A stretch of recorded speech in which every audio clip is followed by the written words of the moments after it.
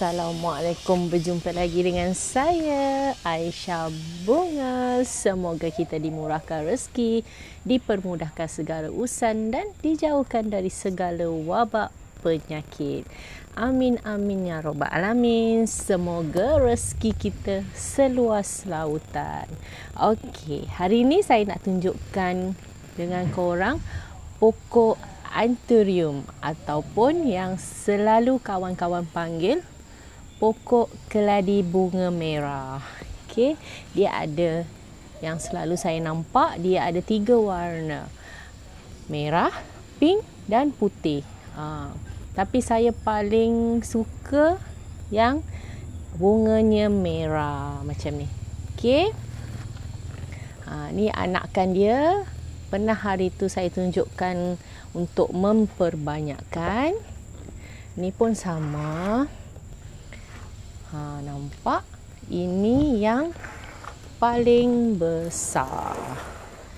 Ni yang paling besar, nampak? Nampak? Pokok anthurium ni ataupun pokok keladi bunga merah. Okey, saya nak sharekan dengan korang bagaimana kita nak menjaga dan banyak bunga dia. Okey. Ni kecil pun nampak bunga dia. Nampak bunga warna merah. Kalau saya memang suka bunganya merah. Okey. Okey, yang ini dia bunga baru. Dia warna hijau, bunga baru. Nanti lama-lama dia jadi merah macam ni. Yang ni agak-agak macam pink sikit. Kadang dia bercampur. Kadang ada putih-putih sikit, ada pink-pink sikit. Dia macam berceloring. Macam tu sebab mungkin dia dah tua. Tengok dia punya daun pun lebih besar dari tangan saya. Lebih besar dari tangan saya, nampak. Pokok anthurium ni, okey. Kalau saya lebih suka guna baja milagro. Kalau baja milagro tu boleh sesuai untuk bunga, daun, semua pokok boleh guna. Buah-buahan pun boleh guna. Kalau contoh, kalau kita pakai baja selain dari milagro, susah sikit. Sebab sebelum ni, dulu, saya ada pakai baja bukan milagro lah. Baja, tapi susah sebab saya kena pakai baja bunga, kena pakai baja daun, kena pakai baja untuk hijaukan daun. Banyak baja saya kena pakai. Dekat situ je saya dah belanja untuk beli baja je dah berapa ya kos dia tu. Okey, sejak saya pakai baja milagro ni bagus sangat. Sebab apa saya cakap bagus?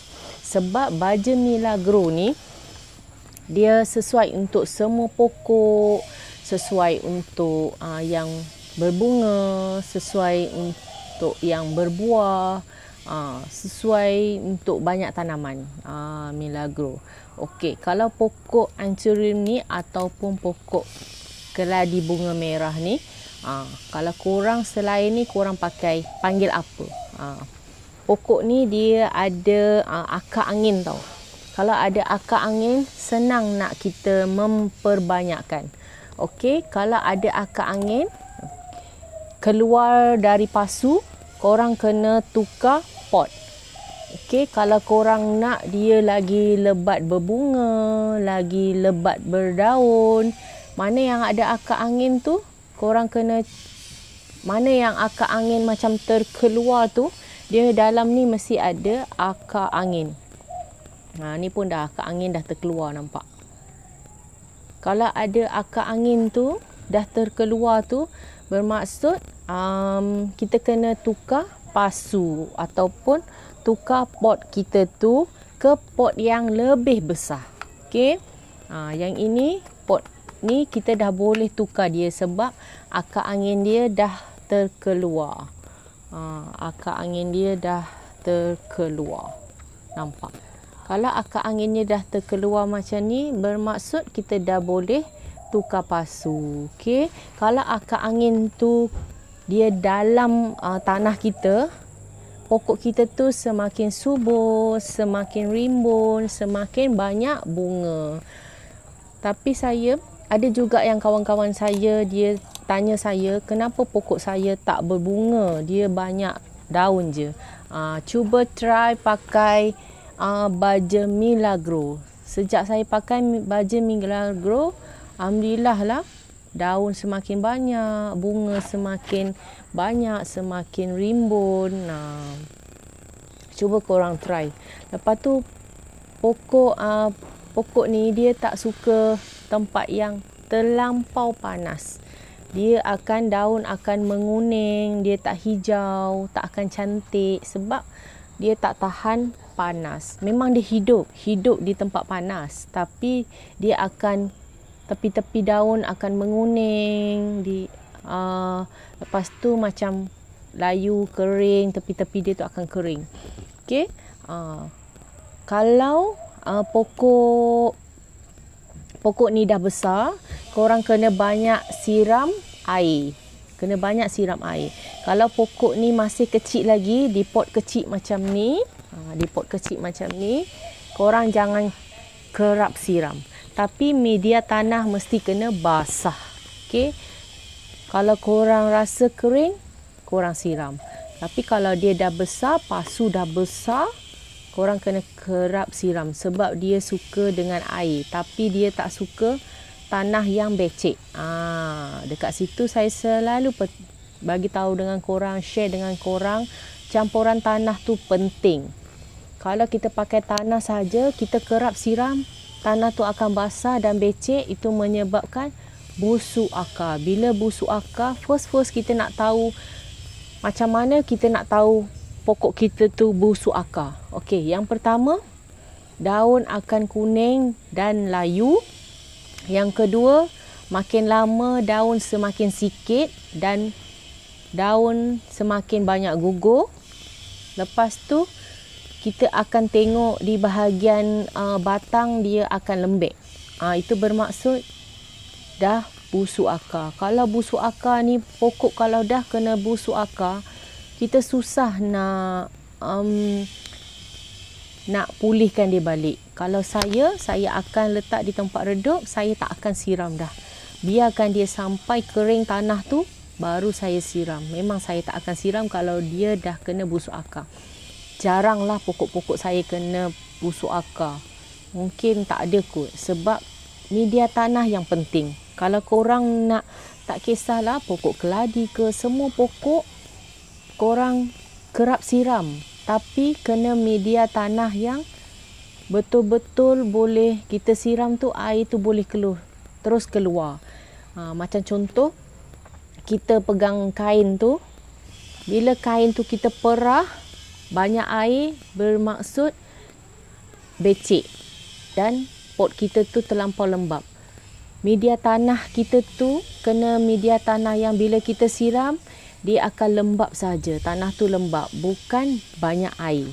Macam contoh, saya punya pokok semua memang tanah tak akan benyek. Tengok, bila saya buat macam ni, tanah dia bercerai-cerai. Nampak? Bercerai. Dia tak akan lembek.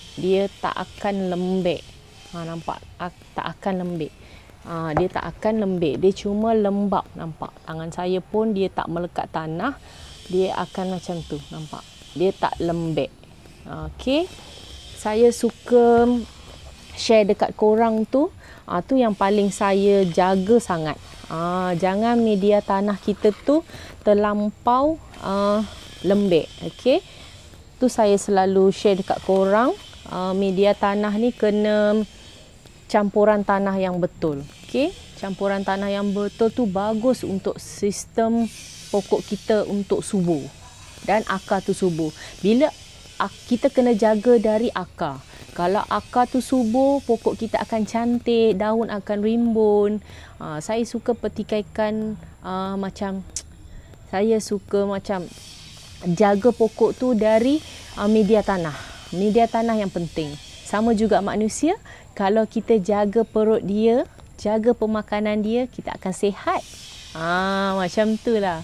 Maksud saya tu, kita kena jaga dari perut. Perut sihat, makan yang berkhasiat, kita selalu sihat. Tak ada sakit, tak ada demam macam tu contohlah. Kalau kita manusia kan, cukup air, cukup makanan, jaga perut okey mesti sihat kan. Macam tu juga pokok, kita kena jaga dari akar dia. Kalau akar dia sihat, bermaksud pokok kita akan sentiasa sihat. Lepas tu dalam 2 minggu sekali korang kena siram baja. Kerap siram, tapi kalau saya kerap siram tu macam 1 hari 2 kali. Tapi kalau tanah tu basah, korang tak perlu siram 2 kali. 1 hari sekali pun cukup. Okey. Yang penting campuran tanah yang penting. Okey. Campuran tanah yang penting. Macam korang ada setengah orang cakap, Kak, saya tak ada campuran tanah banyak. Saya cuma ada kokopit, tanah dan sekam padi. Pun boleh juga. Okey. Pun boleh juga. Okey. Kalau nak jaga pokok-pokok tips yang bagus, tengok video saya sampai habis, tonton video saya sampai habis. Okey. Kalau macam ada yang tak faham, boleh tanya, saya akan jawab. Kalau tak faham, saya akan buat video lagi sampai korang faham. Okey. Saya suka share dengan korang apa yang saya tahu, apa yang saya pelajari. Okey, kita banyak belajar, saya pun banyak belajar. Saya pun selalu share, tengok video kawan-kawan kita di YouTube untuk memperbanyak dan pengetahuan yang penting. Okey, jaga pokok ni memang kena banyak belajar. Jangan kita beli, kita siram bagi baja dah. Kita kena perlu tahu pokok ni bagaimana cara jaga, pokok ni macam mana cara. Dia tak semua pokok sama, tapi kebanyakannya pokok memang tak suka dengan media tanah lembik dan becek. Tu kena jaga. Okey? Jangan lupa like, komen dan subscribe. Tonton video saya sampai habis. Terima kasih yang selalu support video saya, yang komen-komen video saya. Saya berterima kasih banyak dekat korang. Okey, bye. Assalamualaikum. Jumpa lagi.